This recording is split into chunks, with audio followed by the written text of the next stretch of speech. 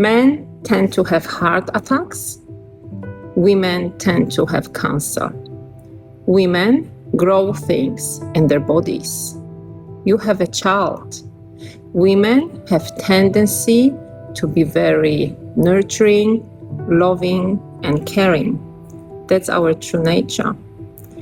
If you don't have possibility and you being suppressed and not able to express yourself and being true woman, you tend to grow things in your body such as cancer, cysts, or other things. So it's very important to be gentle to yourself, to understand our soft nature, to understand that we are nurturers, to understand that that's who we are and that's our true power.